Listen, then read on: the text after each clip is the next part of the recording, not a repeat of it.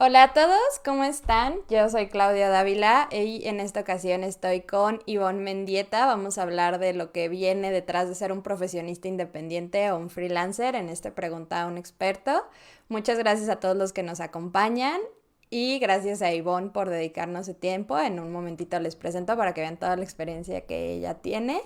Y recuerden que si tienen alguna duda, si tienen algo que quieran preguntarle directamente a Ivonne, estoy al pendiente del chat, tanto en mi página kusari.mx como en la de Aarón Benítez, porque continuamos con la colaboración. Bienvenida, Ivonne. Hola Claudia, ¿qué tal? Muchas gracias por la invitación y muchos saludos a todos los que nos están viendo. Gracias. Miren, les cuento un poquito. Ivonne lleva 23 años como psicoterapeuta independiente. Durante este periodo ha trabajado con todo tipo de clientes, desde clínicas, gobiernos y además ha estado en las escuelas tanto como directora académica y docente. Además de complementar sus conocimientos de terapia, también ella tiene dominio de la cámara y del micrófono porque varias veces ha participado siendo anfitriona de radio e invitada en diversos programas. Entonces estoy muy contenta de que se haya animado a compartir con nosotros su experiencia como profesionista independiente. Entonces, cuéntame un poquito, Ivonne, ¿cómo es que decides tú, sabes que yo no quiero ser parte de una empresa, yo me voy a desarrollar por mi cuenta? ¿Qué fue lo que te llevó a esa decisión? Pues creo que desde que estaba estudiando la carrera, cuando los dinosaurios andaban y poblaban la Tierra, una de las cosas que más me encantaba era justamente ver el ejercicio profesional de mi carrera de manera independiente. Solo que de acuerdo a muchos de los principios en los que nos formaban, pues siempre era como, ¿cómo crees que te vas a animar a hacerlo solo? O sea, siempre tienes que hacerlo de la manita de alguien y mientras tú no sabes qué es lo que estás haciendo, tienes que permitir que el mundo te guíe y que los grandes gurús te guíen y que todo el mundo te diga cómo va a hacer la cosa. Y pues sí, o sea, a años luz de verlo, pues claro que el inicio siempre es muy heavy, es muy difícil, pero es algo que siempre estuvo ahí como deseo y bueno, si yo te contara la primera vez que montamos un consultorio, bueno, que nos salimos de ya no estamos en una clínica, vamos a montar el consultorio y aquí está la oficina y aquí va a estar la recepción y todo esto. Literal, empecé con una silla de plástico de esas que ponen en el puesto de la calle y vamos a poner sillas de plástico y vamos a poner aquí una mesita con un florerito muy mono y vamos a, o sea, con cosas súper básicas para iniciar, pero siempre fue necesito crecer de formas diferentes. Claro que la vida me trajo por caminos muy distintos. Después, irónicamente, la empresa, la industria, las instituciones me llamaron y fui y me enamoré y trabajé y aprendí, pero después, al final, siempre la decisión es dónde está tu labor, dónde está tu core, dónde está tu sueño, dónde está lo que tú más quieres hacer y en lo que tú te sientes mejor. Y ahí sí te puedo decir con todas sus letras, me siento profundamente feliz y plena de trabajar fuera de el entorno, digamos, preestablecido. Ok, entonces a lo que entiendo es una inquietud que tú tuviste desde el principio. Mencionas que iniciaste tu consultorio, pero veo que son como, o sea, empezamos, ¿no? Eso me suena que son nosotros. ¿Te aliaste con otros compañeros de la escuela? ¿Te aliaste con quién? ¿Qué tal te salió? ¿Cómo estuvo? Pues, lo que pasó fue que justamente salí de la experiencia de estar trabajando en una clínica donde ya estaba todo súper establecido, montadísimo, así, recepcionistas, citas, pacientes, documentos, ya sabes, todo el show. Y dijimos, no, esto no es lo que quiero. Además, todos los esfuerzos se van para la empresa, se van para la industria y pues tú te quedas con una muy pequeñita parte y viene como la decisión enorme y creo que es un salto que muchos dicen, no, no me atrevo, no, ¿cómo crees? Estás muy loca, está muy dura la vida. Y por ética, Claudia, no te puedes llevar ningún paciente. Por ética no puedes decirle a ninguno, ven y sígueme a mi consultorio. Por ética no le puedes decir a nadie, pues ahora voy a estar ofreciendo mis servicios yo solita, ¿cómo ves? ¿Me sigue? Por ética no lo puedes hacer. Y creo que una de las cosas con las que empecé ejerciendo desde el inicio fue con integridad. Y eso fue un salto al vacío acompañada de una psicóloga que conocí hace muchos años, que ella trabajaba justamente con adultos y yo trabajaba en ese tiempo con niños, niñas y adolescentes. Y entonces dijimos, bueno, yo atiendo a los chicos, tú atiendes a los grandes y juntas ponemos un consultorio. Va, no es lo mismo que la clínica, no es lo mismo que los recursos de alguien ya con años de estar establecido. Y por supuesto que duele hasta sacar las brochas, pintar, poner los anuncios, ver a quién vas a invitar. En esos tiempos, pues en esos tiempos, Claudia, todavía se usaban los folletos, todavía se usaban los volantitos, todavía se usaba como mucha difusión de a pie, ¿no? Ok. Y sí, los primeros pacientes fue la gente que trabajaba alrededor, porque nuestro consultorio estaba en el centro de la ciudad. Y entonces era lugar de paso de mucha gente que tomaba su transporte. Y empezaron a entrar, empezaron a llegar los que iban a trabajar ahí todos los días y las situaciones con sus vidas y sus familias. Y empezaron a pasar la voz. Oye, ve, oye, funcionó, oye, ¿no? Y eso es hermosísimo porque el ir construyendo la reputación es todo una obra de arte. Y una vez que se empieza a pasar la voz y se empieza a llenar la agenda y empiezas a tener gente ya en horarios de espera, pero por supuesto no todo es color de rosa. Hay, por ejemplo, en aquellos tiempos que trabajaba con niños y con adolescentes, las familias, incluso hoy en día, están acostumbradas a que hay 2 meses en verano y uno en invierno donde son vacaciones. Y entonces en esos meses no había pacientes. Y pues obviamente el esfuerzo de poder administrar y encontrar los recursos de pagar la renta y todo lo demás cuando los pacientes se iban casi a cero, era difícil. O sea, fue un reto combinarlo y fue un reto encontrar cómo complementar esos espacios donde no había ese nivel de afluencia por el propio ritmo de vida social, cultural y del contexto, ¿no? ¿Cuánto tiempo estuviste en la clínica antes de decidirte a montar tu consultorio? Sería mi primera duda. Y después de ahí mencionas que estabas en el centro. ¿Fue una decisión consciente? O sea, adrede pusieron ahí el consultorio. Y cuéntame un poquito más. Sí, por supuesto. Estuve casi 2 años en la clínica antes de soltarme a volar solita. Y bueno, fueron 2 años de mucho trabajo intenso, fueron 2 años de muchos pacientes, fueron 2 años de llenar la clínica con muchísima gente. Y mi jefa me decía, no te vayas, eres taquillera, ¿no? No te vayas, no te vayas. Y yo, no, sí, me quiero ir, o sea, es momento. Pero es que, o sea, ¿quién va a ir? Y yo, no importa, eh, necesito hacer lo mío. Y con buena O sea, relación en tu aquel... jefa te decía Ujú. quién va a ir, o sea, de que quién va a ir a tu consultorio, como Sí, metiéndote sí, la duda. sí, claro, Ok, claro. bueno, Eh, por eso estás aquí, ¿no? Para que nos platiques realmente cómo es ese brinco, ¿no? Lo bonito y lo feo. Sí, y pues yo decía, no, sí, de todas formas, pues así empezamos todos, ¿no? Entonces, pues tiene que salir y tiene que salir y tiene que salir y tiene que salir. Y es un poco de necedad y es un poco de perseverancia, ¿no? Porque no es como que para el primer día ya vas a tener pacientes, eso no pasa. Y, y cuidar mucho a los que llegan como si fuera la niña de tus ojos, así que se vayan de principio a fin con una experiencia dulce en la boca, o sea, de decir, oye, no fue lo que me esperaba, pero para bien, ¿no? O sea, no fue lo que me esperaba en tiempos, en espacio, en costo, en todo, sino que fue para bien. Y así es como se fue pasando la voz. Em, y fue un plan hacerlo en el centro porque decíamos, tiene que ser en un lugar de paso, en un lugar donde la gente vea que ahí está la atención. Y el primer lugar donde nosotros lo pusimos, había otros consultorios de doctores que en aquellos tiempos tenían su consultorio ahí, hoy ya tienen sus consultorios en torres médicas maravillosas, ¿no?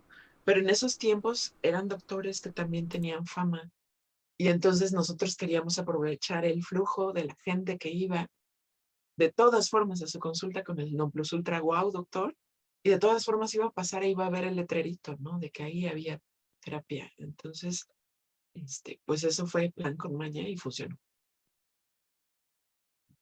Ok, ya veo. Entonces, sí, sí es, eso sí lo pensaron. ¿Qué habilidades te diste cuenta al momento de abrir tu propia consulta que dices, ah, caray, esto ni me lo enseñaron en la escuela? Cuando estuve de empleado, la verdad, no me había puesto en los zapatos del dueño, ¿no? Entonces, ¿qué habilidades tuviste que desarrollar para poder tener tu propio consultorio? Son muchísimas, Claudia, y son muchas porque a lo largo de los años van cambiando. De entrada, límites, ¿no? Una de las primeras cosas que sucede con los psicólogos o con los psicoterapeutas o con los especialistas que están empezando la consulta es que parece llévelo, llévelo, llévelo cuando están ofreciendo sus servicios, porque yo hago todo, o sea, atiendo niños, adolescentes, adultos, jóvenes, parejas, familias, ancianos, adultos mayores, en todas las vicisitudes que puedan tener en su vida, ¿no? O sea, yo puedo con todo. Y una de las primeras lecciones del trabajo profesional ya en consulta independiente es decir, no puedo decir que trabajo todo. O sea, tengo que crear una reputación en torno a lo que sí hago y derivar lo que no doy. O sea, no puedo arriesgarme a tener una bad review, a una mala recomendación, a una mala referencia si yo no hago este autolímite. Y cuando estás empezando es mucho el miedo de que no te llegue el cliente que estás buscando, el usuario que estás buscando, porque dijiste que no lo atendías, ¿no? Cuando en realidad es mucho más precioso tener y determinar un nicho específico al que te vas a dedicar y en el que te vas a ir especializando. Otra cosa que vino en la administración de negocio y que no viene en la carrera es cómo venderte, ¿no? O sea, cómo decir yo soy Juan Camaney para hacer esto, para hacer aquello. O sea, eso no viene, tampoco viene administración de presupuestos, ¿no?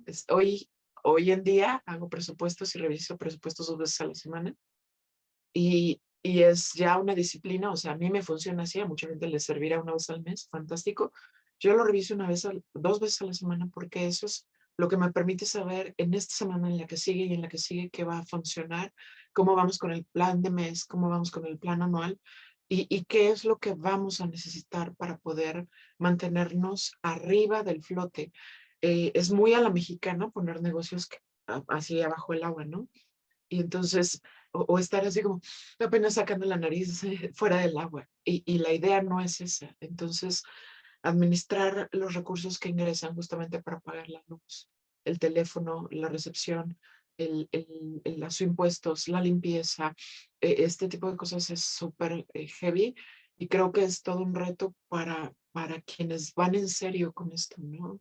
Y quieren no dejar deudas y mala impresión en todos lados.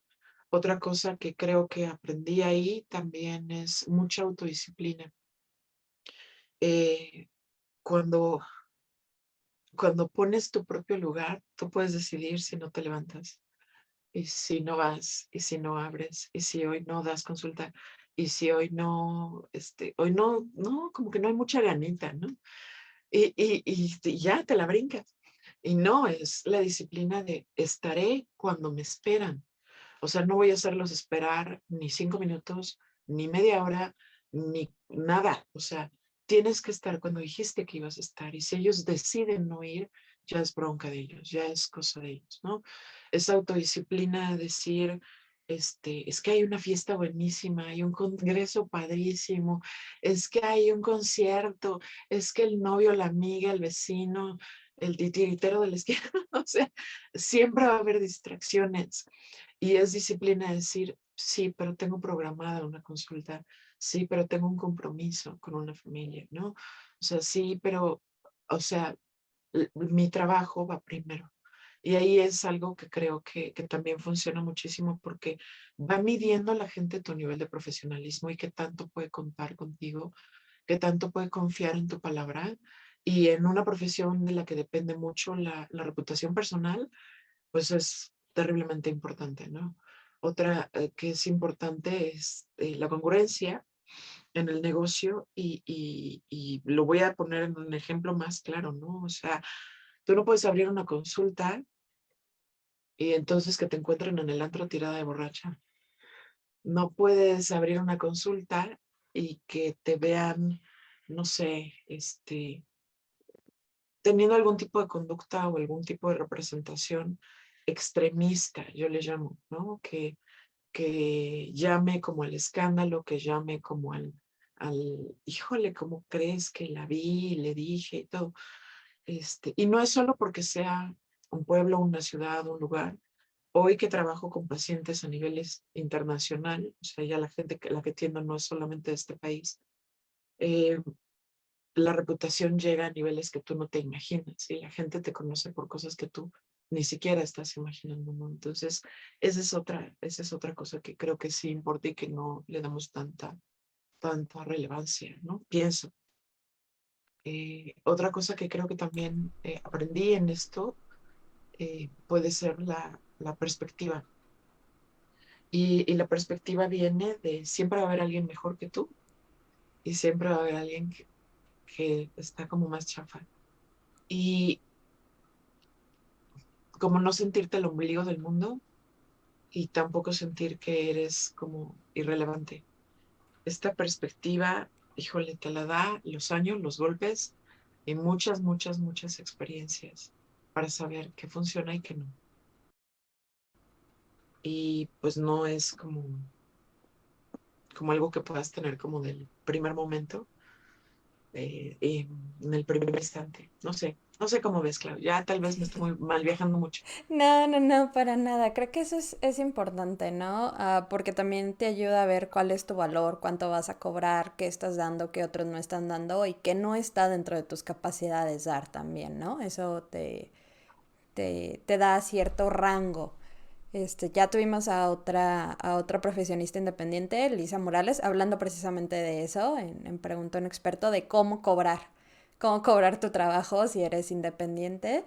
Y pues nos contaba Lisa de que sí, que ella veía qué otros muralistas, ella es muralista, entonces veía qué otros trabajos ofrecían, qué era lo que la gente estaba dispuesta a pagar, qué no estaba dispuesta a pagar, porque pues ella trabaja con el diseño, entonces muchas veces quieren, nada más me vas a cobrar la pintura y ya, es como no, el trabajo creativo se paga.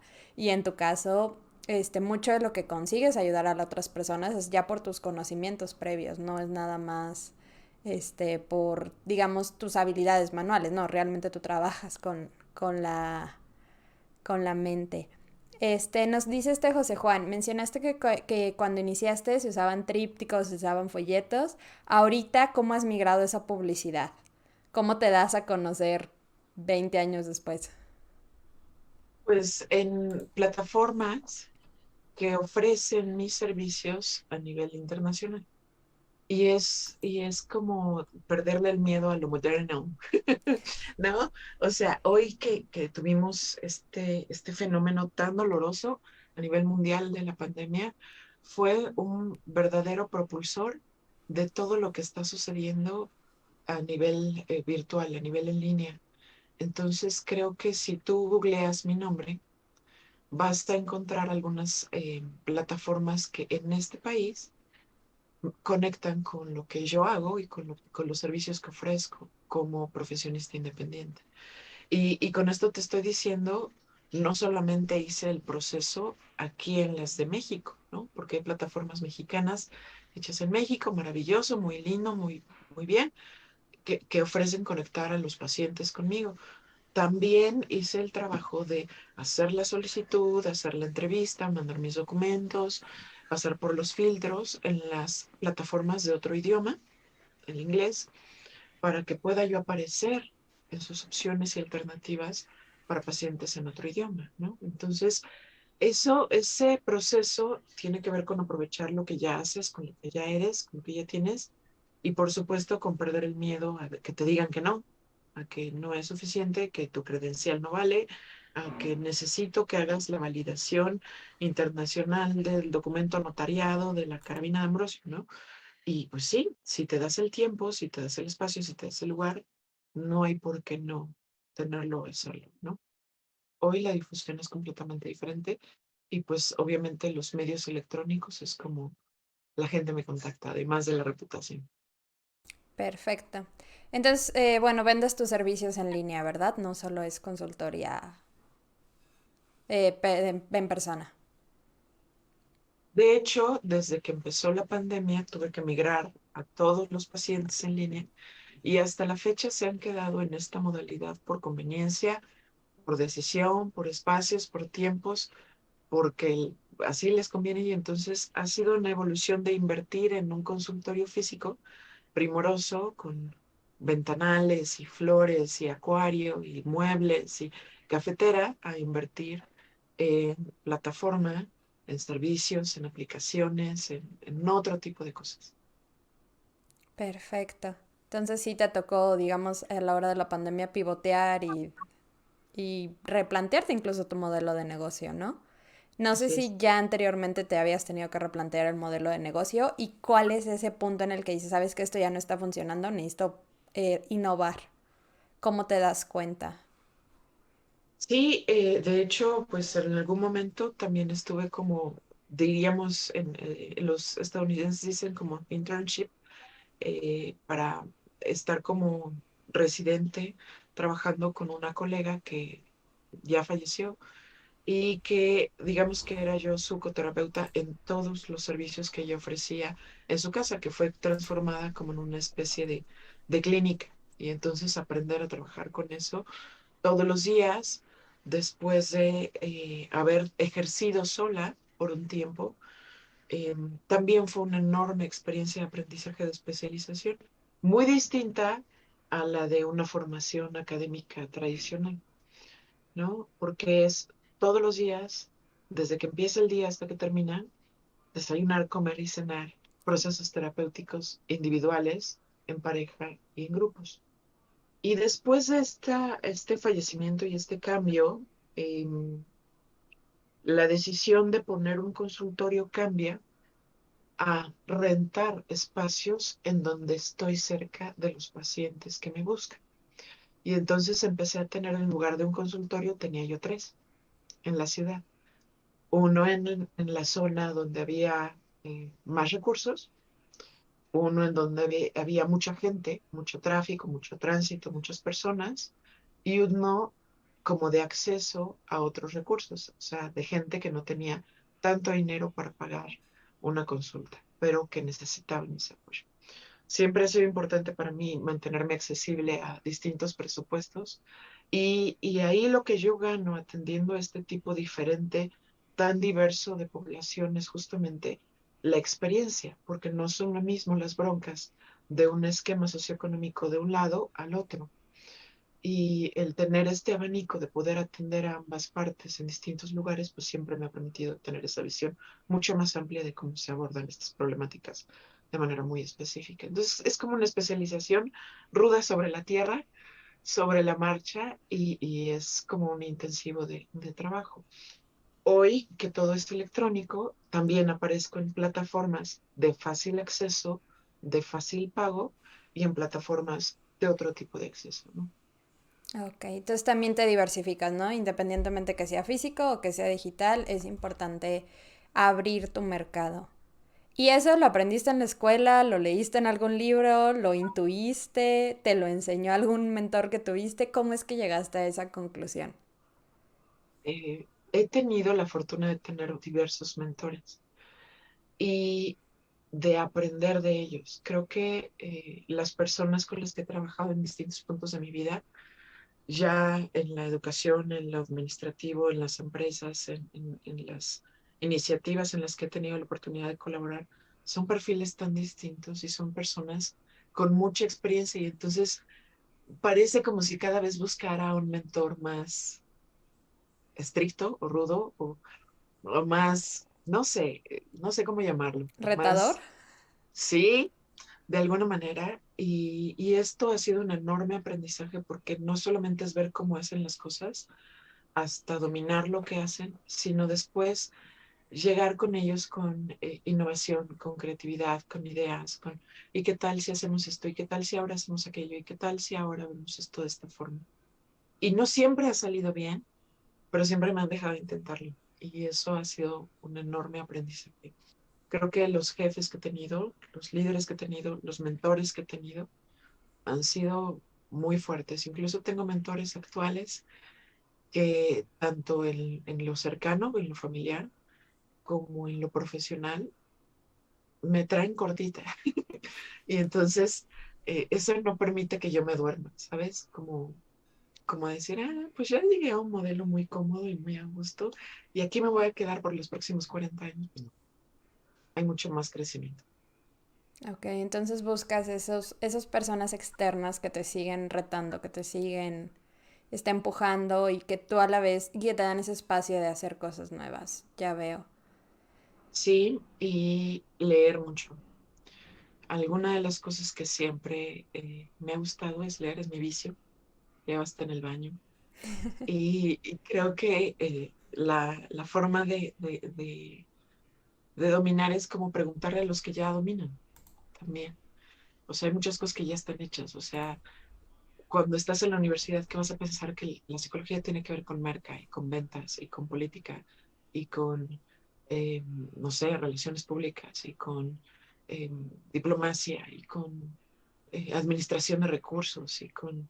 No, o sea, ¿quién me iba a imaginar haciendo un Green Belt de Six Sigma y que eso me iba a servir para hacer otras cosas, ¿no? Entonces, creo que el tema está en no pensar que solamente sabiendo de tu área vas a salir adelante. Uno de mis colegas, grandes jefes, amigos y mentores me decía, y bueno, el que de solo de psicología sabe, ni de psicología sabe.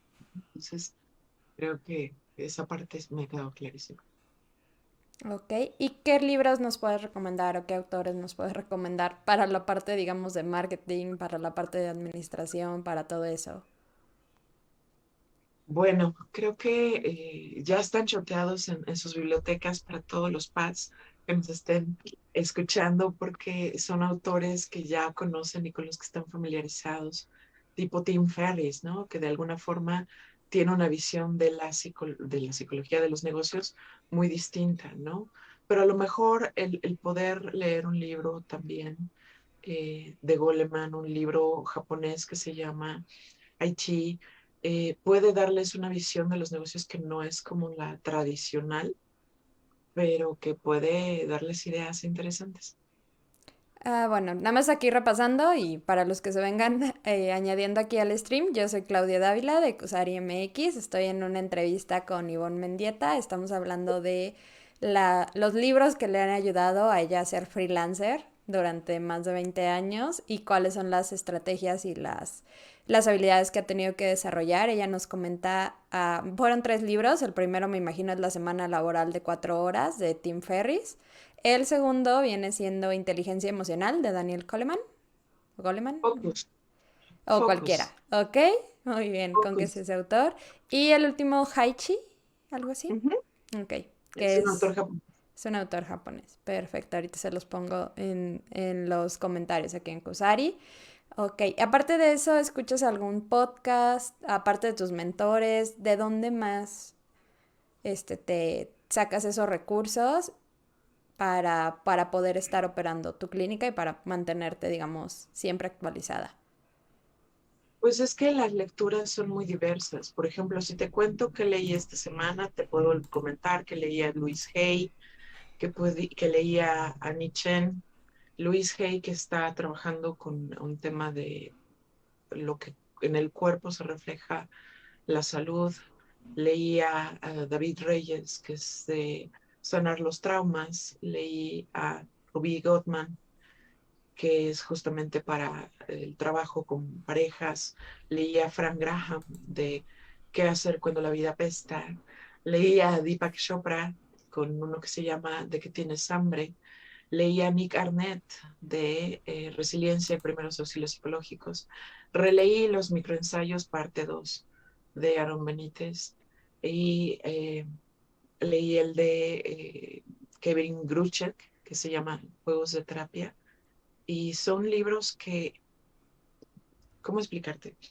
Sí tienen que ver con con mi trabajo de todos los días, pero creo que es mantener la diversidad de los temas siempre, o sea, no es solamente decir, solo voy a leer de cómo hacer la técnica A, B o C de tal terapia, ¿no? Creo que hay que mantenerse leyendo un poco de todo, ¿no? O sea, eh, leo mucho de la Organización Mundial de la Salud, leo sobre UNICEF, leo sobre, eh, y bueno, estoy como muy cerca de lo que hace una fundación británica que hace Saving the Children y que está trabajando justamente con muchas iniciativas eh, pues más sociales, ¿no? Más altruistas. Todo lo que hace Psicólogos Sin Fronteras, Médicos Sin Fronteras. eh, y por supuesto lo que hacen mis tres autores favoritos, que alguna vez los mencioné. eh, Irving Yalom y Emily Nagoski y eh, esta mujer, ¿cómo se llama? ¿Es la Se me hermana fue. de Emily Nagoski? No, Ok. Voy ¿Brené a Brown? darle. Brené Brown. Sí, Brené Brown. Ok, Gracias. no hay problema. Ok, bueno, una de las, yo también de repente leo bastante y luego te dicen cómo haces el tiempo, ¿no? Entonces eso me da un parteaguas para preguntarte, ¿realmente tienes más tiempo al trabajar como profesionista independiente o es al contrario? Tienes, ahora sí que trabajas más que si fueras empleado. ¿Qué me puedes contar? ¿Y cómo manejas ese tiempo, ¿no? Para evitar que te consuma toda tu vida y que todo sea trabajo. Hace rato platicaba con mis hijas y estábamos muertos de la risa porque les decía, hijas, si me preguntan de la administración de tiempo, diles que eres Nancy. Y es que resulta que la administración del tiempo es clave en esta situación. O sea, yo leí la semana de 4 horas y creo que en algún momento voy a llegar a esto, pero hoy mi día empieza antes de las 6 de la mañana. A las 7 ya estoy atendiendo. Y en ese día me doy tiempo para hacer ejercicio, para tener un tiempo para mí, ya sea leer, meditar, eh, hacer algo, porque un libro tengo que terminar todos los días, sí o sí, y atender pacientes y conversar con mi familia y dar clases y escribir algo para el blog y avanzar en la revisión de la investigación que estoy trabajando desde hace como 10 años. Y, o sea, es tener tu tiempo muy organizado. Y si tú revisas mi celular está lleno de alarmas. ¿No? Es hora de descansar y es hora de ver series y es hora de hacer esto. Suena terrible, suena espantosísimo, pero lo disfruto mucho. O sea, cuando no es algo que tengo que hacer, tengo que llenar el folleto, tengo que, a fuerza, tengo que mandar el reporte, tengo que, no, es algo que amo, es algo que me encanta y entonces ya viene la consulta, ya viene el momento de leer, ya viene la plática de la noche sobre, no sé, Ricky Morty, lo que pasó y Sopranos. Y, o sea, es ese momento disfrutarlo. Y creo que ha sido un equilibrio que me ha costado muchos años. Y no es una vida equilibrada porque no estoy diciendo que le dedico lo mismo a mi vida familiar que a mi vida laboral, o incluso que a mí misma.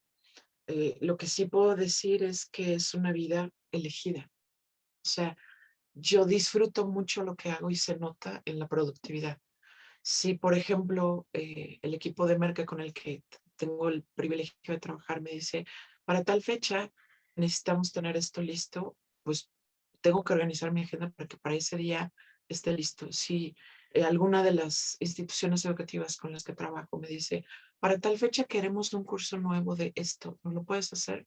Pues me tengo que organizar yo en mis fechas para que para ese tiempo ya esté, ¿no? Y desde el diseño del plan, desde cómo le vamos a hacer, qué vamos a resaltar, qué es lo que le interesa a la gente, etcétera, etcétera. Ese tipo de conversaciones, incluso de diseño de producto, eh, maquetado, pero no de una página web, sino de algo vivencial para los que lo están tomando, es bien distinto, ¿no? Y creo que yo disfruto mucho lo que hago, ¿no? Entonces, Eso hace que aunque no sea un equilibrio, si alguien me pregunta, ¿está equilibrado? Le voy a decir no, pero lo disfruto.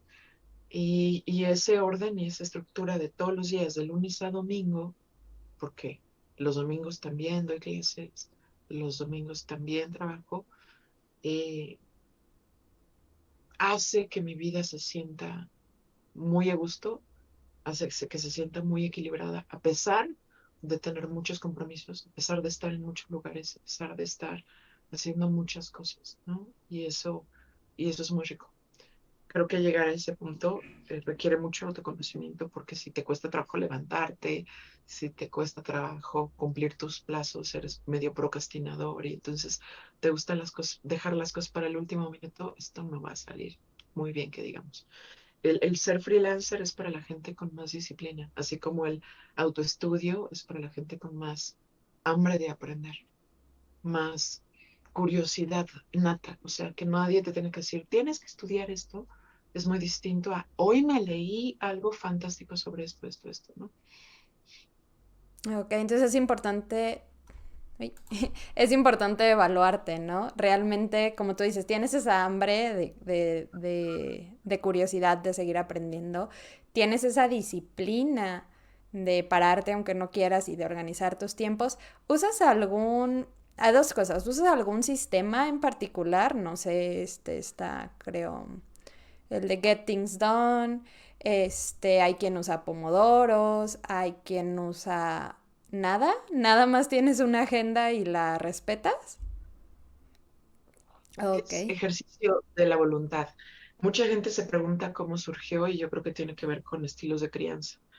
Em, Cuando yo iba en la primaria, mis padres me metieron a cursos de, menciónalo y estuve ahí. O sea, computación, inglés, dibujo, bla, bla, bla, bla, bla, bla. Y de todas formas la boleta tenía que estar en plana de dieces. Entonces no tenía yo el tiempo de pasarme 6 horas haciendo la tarea. Tenía yo 1 hora para hacerla. O la hacía bien a la primera o valía que eso. Entonces era la disciplina de estar haciendo muchas cosas al mismo tiempo desde la primaria. En secundaria me metieron el factor deporte. Y entonces no solo eran las clases extras, sino también era el deporte, deporte, deporte, deporte, deporte, entrenamiento siquiera 2 horas diarias. Y creo que el tener que dividir la mente sin decir, es que no puedo, es que es mucho para ella, es que a qué hora me va a dar tiempo, es que estoy cansada, es que no se va a poder, sirvió para que mi mente dijera, yo puedo con esto. Y cuando no estoy ocupada con muchas cosas, Claudia, yo sufro. O sea, para mí vacaciones, de verdad necesito programarme porque vacacionar de verdad de desconectarme y olvidarme y disfrutar. Sí lo gozo, pero necesito siquiera como un día de preparación para poder decir, desconéctate del cel, de las lecturas, de los pacientes, de los, ¿no? De todo esto. Y ya al día siguiente duermo como bebé, me relajo como bebé, ¿no? es, es, es, es mucha disciplina y es mucho entender que no es tengo que, sino quiero y disfruto hacer muchas cosas. Estar como muy diversificado. Ok, ¿y qué pasa si no te inculcaron esa disciplina? O sea, si no tuviste ese estilo de crianza, o sea, ¿qué opciones nos darías al resto que tuvimos un poquito más de chance de no hacer tantas cosas al crecer? Creo que tiene que ver con qué piensas que eres capaz de hacer. Cuando tú dices, no, pero es que si me meto en esto y si no me da tiempo y si no puedo, cuando empezamos con el y si, ya estás poniéndole peros al asunto. ¿Qué pasa si en lugar de decirle a alguien cómo no podrías hacerlo, empiezas a decirle cómo sí? ¿Cómo sí podrías lograr meter esto en tu vida? ¿Cómo sí podrías levantarte a gusto? ¿Qué tendría que haber enfrente de ti para que cuando te levantes digas, guau, qué rico que me levanté? ¿O qué tendría que haber frente a ti para que te sientes a escribir y digas, qué momento tan padre me voy a sentar a escribir? ¿Qué tendría que haber frente a ti para que digas, voy a diseñar algo nuevo para mis clientes, pacientes, usuarios?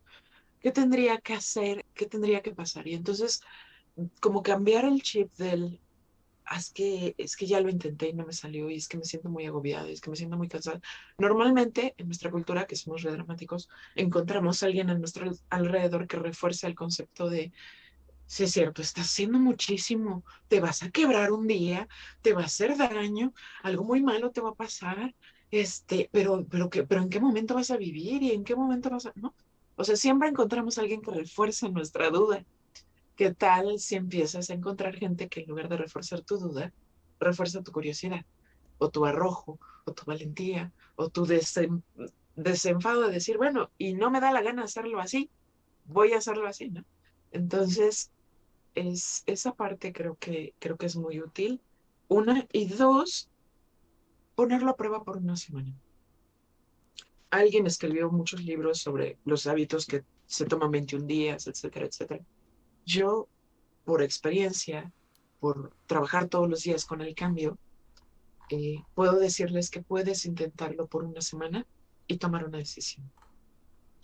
Y entonces, si lo intentas en serio, if you mean business, o sea, si de verdad vas en serio, vas a ponerte el despertador, vas a ponerte la cobija que si te levanta, vas a ponerte una taza de café junto de ti, vas a ponerte el panza ahí junto a la cama, vas a ponerte la computadora. O sea, si vas en serio, vas a preparar todo, vas a tener tu escenario listo. Una semana date para hacerlo. O sea, no seas exigente contigo, el resto es tu vida si quieres. Una semana inténtalo. Si después de esa semana no pudiste, te dolieron los huesos, te quedaste babeando, dormido, o sea, pasaron mil cosas y esa semana no funcionó, lo mejor que puedes hacer es evaluar qué te faltó, qué necesitabas, qué no previste. Tal vez no es lo que estás buscando, tal vez de verdad no es tu foco, tal vez lo que buscabas no era este resultado, pero después de esta semana ya no vas a estar preguntándote si sí puedes o no puedes. Después de esta semana vas a saber con certeza si eres capaz o no. Y creo que los seres humanos somos capaces de sorprendernos mucho, mucho, mucho, mucho, tanto en las vivencias personales como en lo que somos capaces de tolerar y de hacer. Muchísima gente cambió su vida ahorita en la pandemia por razones ajenas a sí mismos. Entonces, yo creo en esta flexibilidad, tanto neurológica como humana.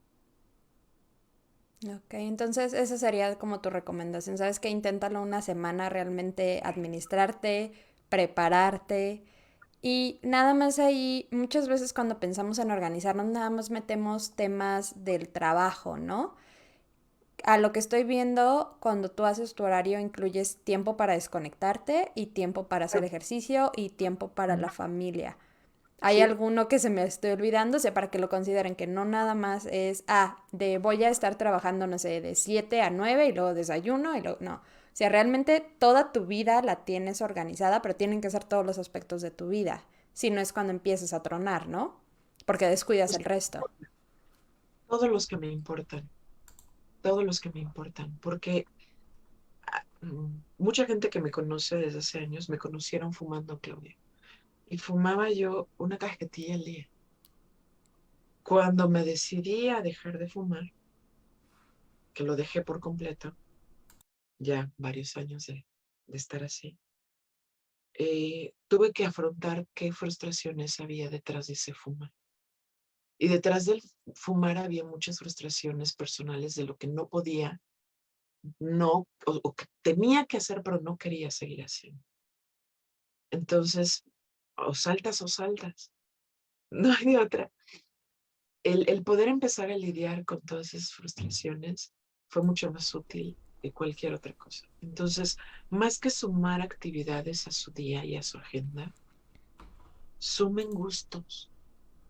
Suena muy hedonista de mi parte, pero se los voy a decir, si a ti te gusta crecer y desarrollar tu negocio, anota las actividades que van a hacer que crezca y desarrolle tu negocio.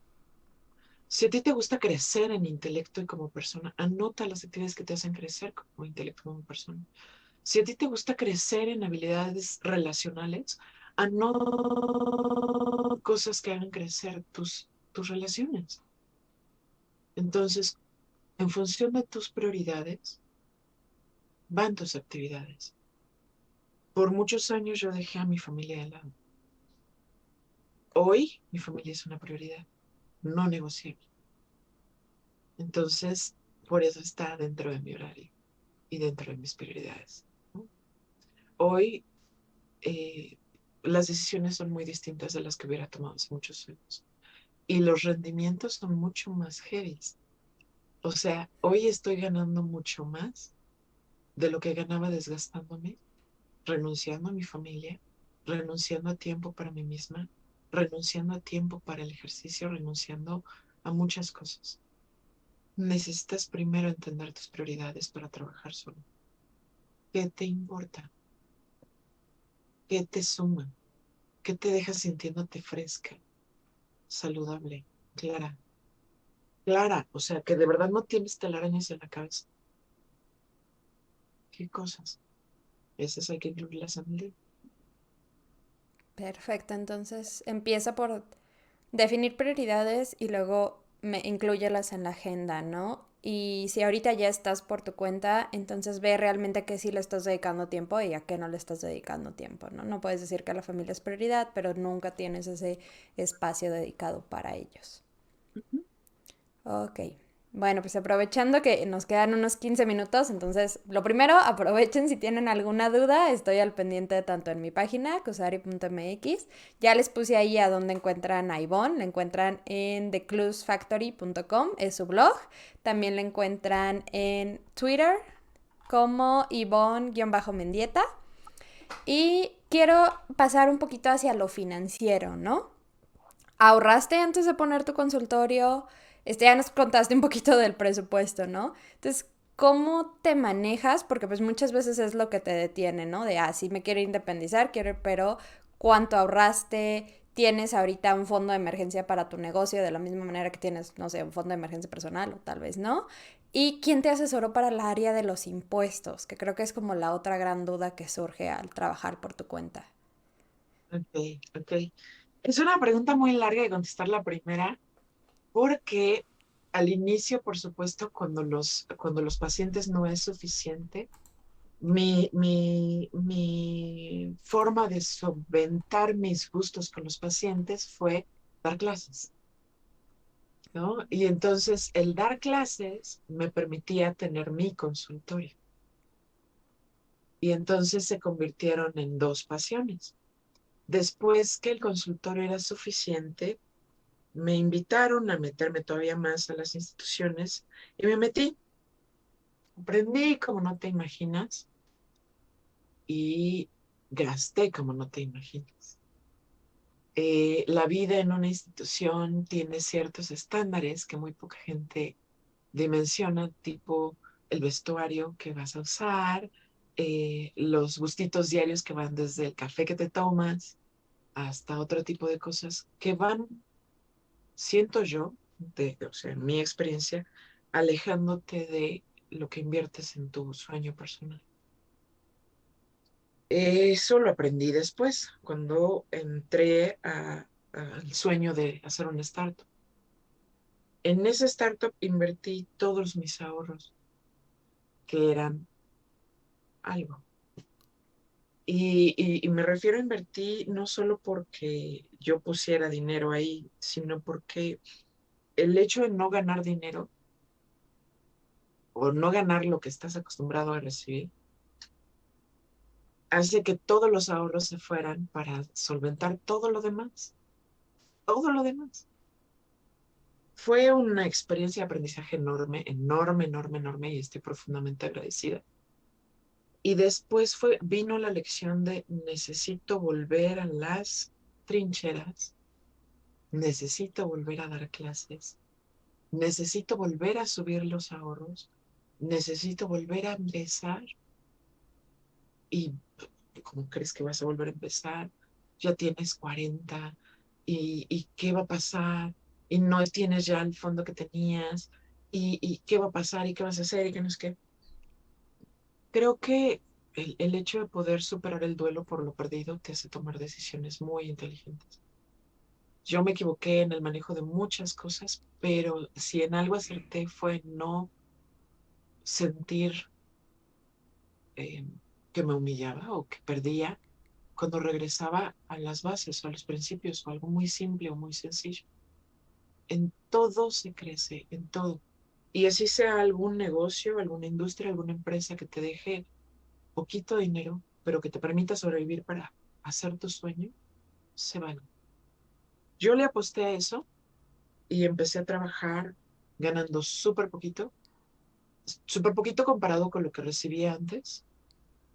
Y lo importante para mí, o el salario mínimo, como dice Tim, el salario mínimo mensual, era justamente lo único que iba a ser mi plano de referencia. Lo mínimo que tenía yo que recibir para sostener mi pasión por atender. Conforme se fue recuperando el consultorio, fui dejando como la balsa de emergencia los trabajos que me hicieron favor de sostenerme en crisis. Es mucha disciplina de ahorro, es mucha disciplina de administración. Y yo creo, Clau, sin temor a equivocarme, un gran equipo de trabajo en la familia. ¿Qué pasa si tú estás tratando de construir el mundo como Pinky Cerebro y en casa tienes un gastalón, una gastalona? En casa tienes a alguien que te demanda más de lo que puedes o debes de invertir. Se convierte en un caos, en un infierno. Si en casa está claro para qué trabajamos todos, las alianzas se fortalecen de tal manera que puedes crecer, ahorrar, pagar deudas, salir y volver a construir ahorros en 2 años. Es súper fuerte, es mucha disciplina, sí, pero también mucha conversación con los stakeholders, con la gente que toma decisiones, con la gente que gasta ese dinero, con la gente que lo invierte y con la gente que lo sostiene. ¿De verdad necesitas 10 plataformas de streaming para divertirte? ¿De verdad necesitas las cosas de cierta marca? ¿De verdad necesitas todo de este estatus? Y creo que ese tipo de decisiones me han ayudado a construir hoy una seguridad, una fuerza y un estatus mucho más tranquilo, mucho menos sacrificado. Em, en el tema de los impuestos, esa es otra historia, pero que la voy a resumir rápidamente. Por muchos años confié en alguien de la familia para que hiciera los impuestos, que me decía, deposítame tanto y yo me hago cargo. Y yo no me involucraba. Y mi ignorancia y mi irresponsabilidad causó que cuando me llegó un citatorio del SAT, se me fuera la sangre al piso. Fue cuando fui al SAT y me enteré de cuál era mi estatus, que me enteré de todo lo que no se había hecho en años. Entonces busqué a un especialista que amo, adoro, quiero, respeto mucho contar. Y justamente él me ayudó a regularizarme, tomó algún tiempo, tomó meses, tomó pagos, tomó mucha orden. Fue doloroso invertir en esa recuperación en los impuestos, pero hoy que estoy dada de alta casi casi como un Uber para dar servicios en línea, Ok. eh, y que estoy dada de alta también como profesionista independiente y que también estoy dada de alta como asalariado para aquellos que me contratan por salario, y que él lleva todo este manejo de impuestos.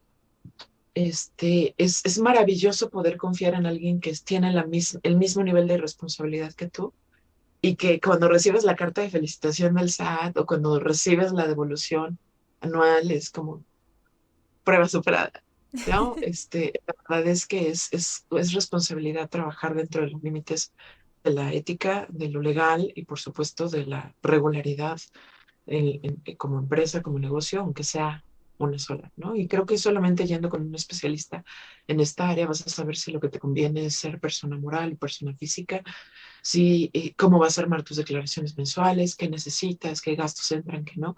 Pero es un aprendizaje del que ya me hice corresponsable cuando vi el caos, cuando vi la catástrofe, ¿no? Y meterme a aprender de esto y poder decir yo, ahorita no me meto, ahorita ya tengo la disciplina de entregar lo que tengo que entregar cuando lo tengo que entregar, pero ya bajo el conocimiento, ya bajo la disciplina de ser.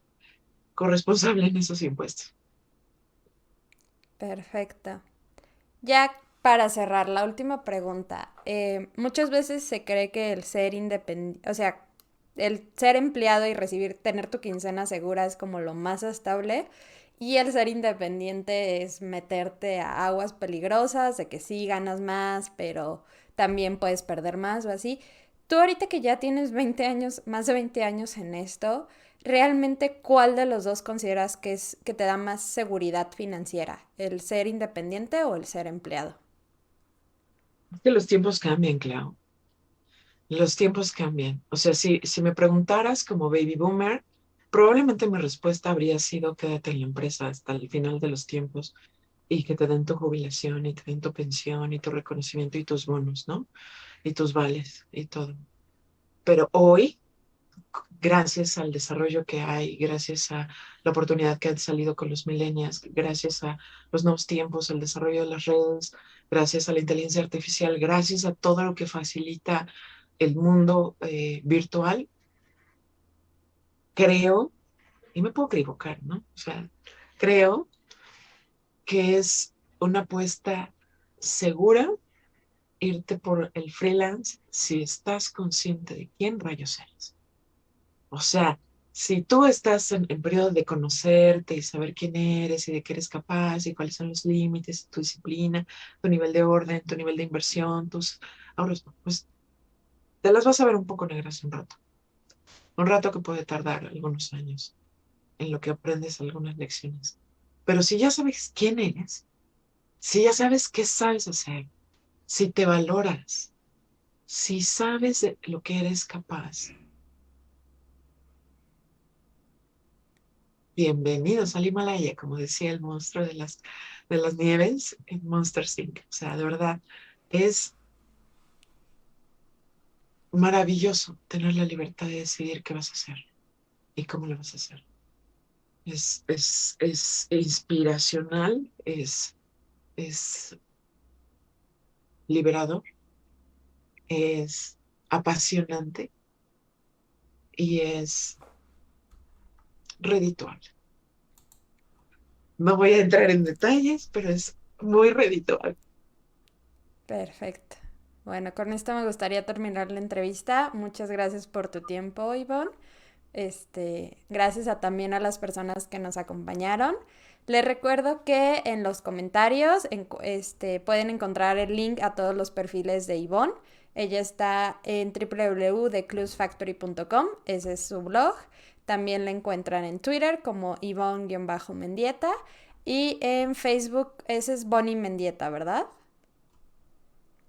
Perfecto. Muchas gracias, gracias por acompañarnos. Recuerden que todos los martes aquí hay una entrevista distinta en Pregunta a un experto y los veo la próxima semana.